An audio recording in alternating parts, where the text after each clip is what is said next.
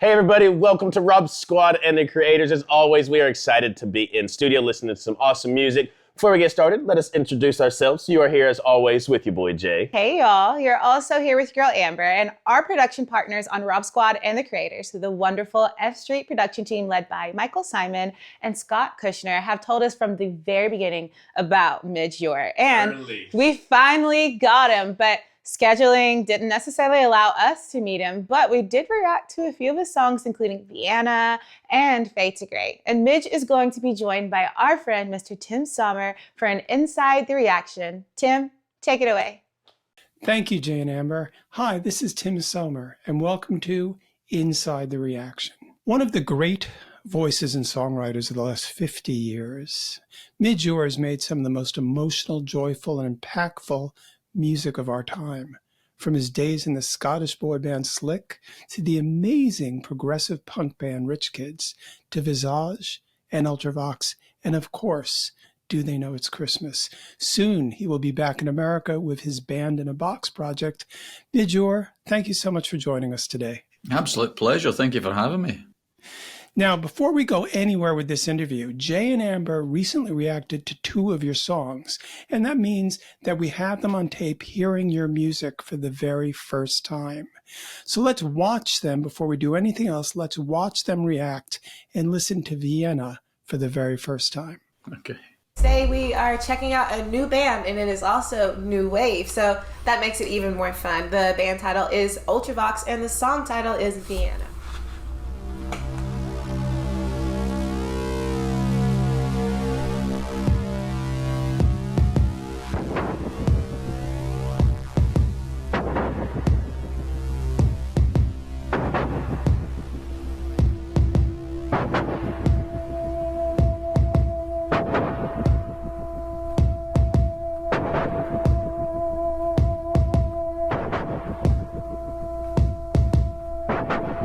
In the cold air,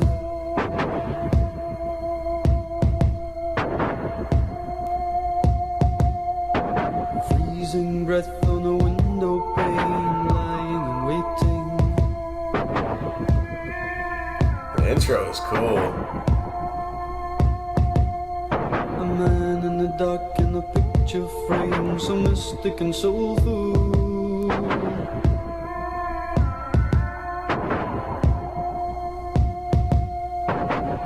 Reaching out in a piercing cry, it stays with you until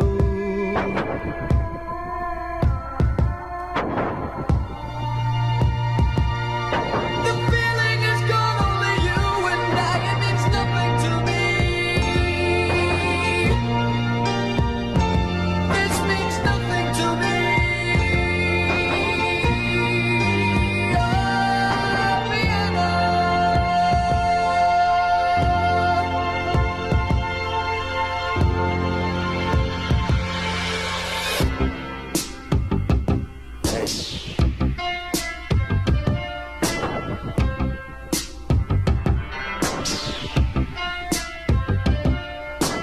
Music is weaving,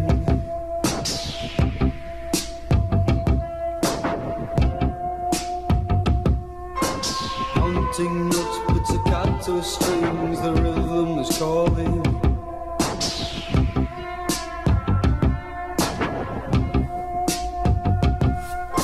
Alone in the night as the daylight brings a cool empty silence.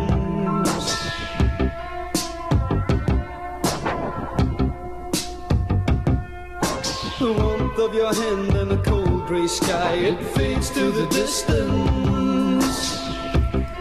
Just the overall vibe to this, like It is a vibe. like it's cool, like it's dark, it's got that kind of weird tune behind it, but it is so cool. And like I said, we haven't done a lot of new wave, so like I really don't even know how to decipher it or compare it to anything, but it is, like I said, You don't compare new wave. It is the vibe. It's a very cool, dark, like I said, and they were walking through like the shadows, like undertone to it. So I don't know. I like it. Definitely has me wanting to check out some more Ultravox already. We're barely halfway through the song. I think it's really cool. You gotta love that steady rhythm, that steady beat, right? It stands out so much because I feel like sometimes the instruments are placed a little bit farther apart, and that makes it even more cool. It makes it very different. It gives you that very dark, haunting, walking the street feel to it. But the lead singer has these moments when he's kind of more so in the chorus that he can really belt out those notes, like with the same passion and veracity that Mr.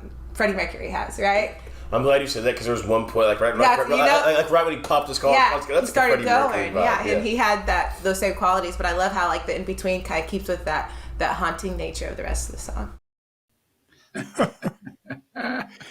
Freddie Mercury, that's a new one. That's great. But didn't you actually sing with Queen once?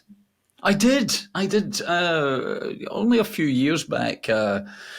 I used to be musical director for the Prince's Trust concerts here in the UK, and they stopped doing them. And a few years ago, they maybe 8-10 years ago, they decided to do another one, and Queen were performing. And I asked them if they would play Seven Seas of Rye, which I loved. It was one of the first. I think it might have been the first single. I'm not sure. And Roger said, "Well, we'll do it if you sing it." So musicians are fans all their lives. So when you get the opportunity to go up and perform with someone like Queen, you seize the moment. So yeah, it did.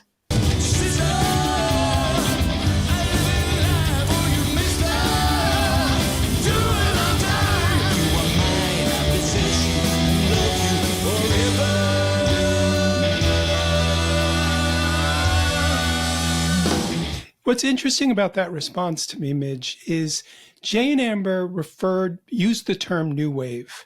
Now, I was always a little snobby about that term, but they sort of embrace it. They have respect for it. And it seems that after all these years, to use that term with respect, and it made me recognize that Ultravox were not your typical, quote, new wave, unquote, band.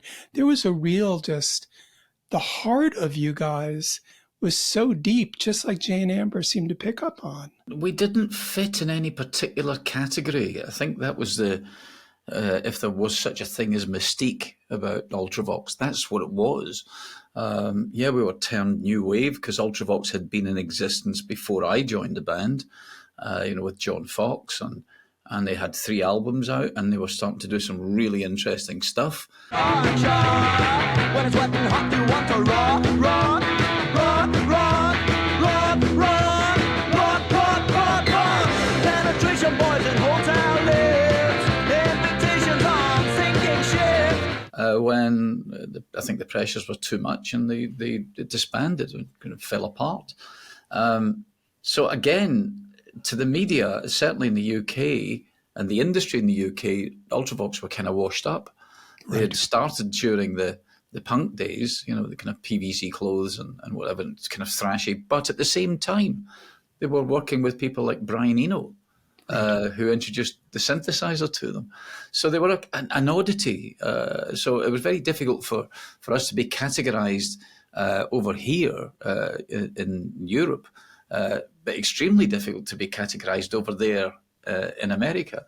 So it's interesting that, as you say, the term new wave or dark wave or, synth pop or whatever, there's now a kind of a little angle of respect about it. That's right. Whereas it was maybe seen as slightly derogatory back in the day. Oh, you're a synth band.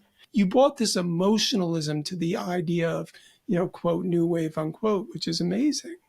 It was human. There was an incident maybe 2 or 3 years back when Duran were doing a new album, and I bumped into John Taylor because we lived in the same city in Bath in the UK, and John said to me, "We were playing your Vienna album in the studio the other day," and I said, "Really?" He said, "Yeah, we can't figure out how you did it." He said, "Because we're making it, we're reliving our 80s. We're going to do an 80s inspired album."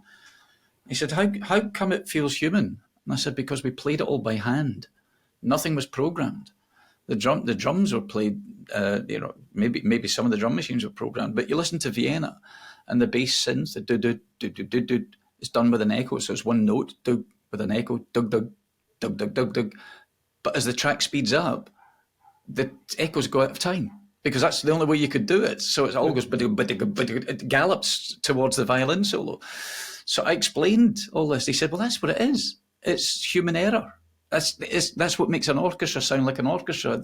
The fact that all the instruments are playing slightly out of time and slightly out of tune with each other, and you get this beautiful, lush, haunting sound. So it wasn't a matter of sitting with technology and getting the technology to do it all.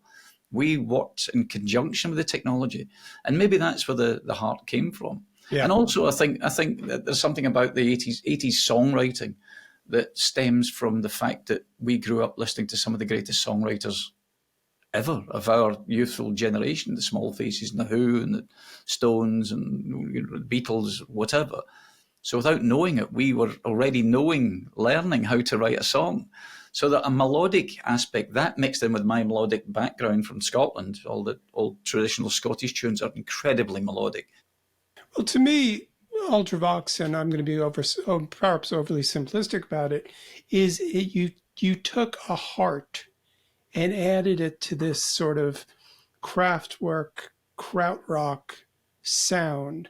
You took this heart that had been implied in the melodies of Kraftwerk, Kraftwerk being an extremely melodic band, but they didn't have this ability to bring a tear to your eye, whereas there's something about so much of what Ultravox did, and there's a quality in your voice that is so emotional, and you could see Jay and Amber picked up on that as well. Midge, this has been an absolute pleasure. Thank you so very, very much for taking the time to speak. It's been a joy. Thank you for having me. Thank you, Midge Ure, and thank you, Tim Sommer, for that inside the reaction to our reaction of Vienna. I gotta say, it's a bit nerve-wracking watching Midge react to us reacting to him. It's like a chain reaction. It's been so much fun. Thank you, guys.